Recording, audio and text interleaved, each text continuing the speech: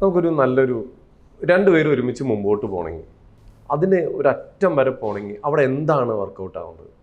അവിടെ നല്ല ഫ്രണ്ട്ഷിപ്പാണ് വർക്കൗട്ട് ആവേണ്ടത്. ആ ഫ്രണ്ട്ഷിപ്പ് ഇല്ലെങ്കിൽ ഒന്നും എല്ലാ റിലേഷൻഷിപ്പിന്റെയും അണ്ടർസ്റ്റാൻഡിങ്. നമുക്ക് അങ്ങോട്ടും ഇങ്ങോട്ടും കാര്യങ്ങൾ തുറന്നു പറയാൻ പറ്റണം. പിന്നെ ഞാൻ എല്ലാവരുടെയും ഇതിൽ കണ്ടിട്ടുള്ളത്, സൗഹൃദങ്ങളിൽ തന്നെ ഞാൻ കണ്ടിട്ടുണ്ട്, ഒരാളെ കൺട്രോൾ ചെയ്തുകൊണ്ടിരിക്കും. ഇപ്പൊ എന്നെയൊക്കെ ഒരാൾ കൺട്രോൾ ചെയ്യാന്ന് പറഞ്ഞാൽ നടക്കത്തില്ല. എൻ്റെ എക്സ്പീരിയൻസ് കൊണ്ടായിരിക്കും. എനിക്ക് അങ്ങനെ നീ അത് ചെയ്യണ്ടെന്ന് പറഞ്ഞാൽ അപ്പം ഞാൻ അത് ചെയ്യും.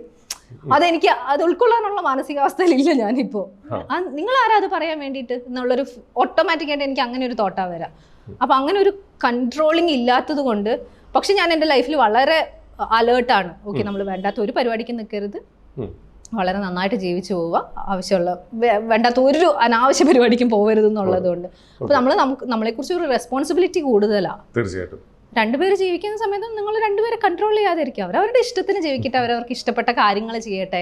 ഈ ഭൂമിയിൽ ആകെ ഒരു പ്രാവശ്യമല്ലേ ജീവിക്കുന്നുള്ളൂ.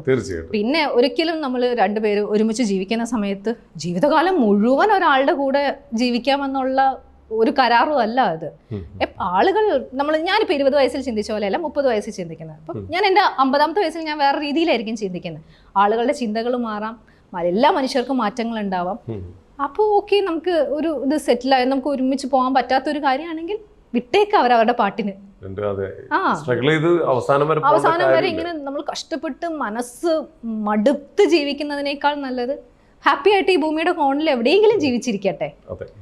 അതാണ് എനിക്ക്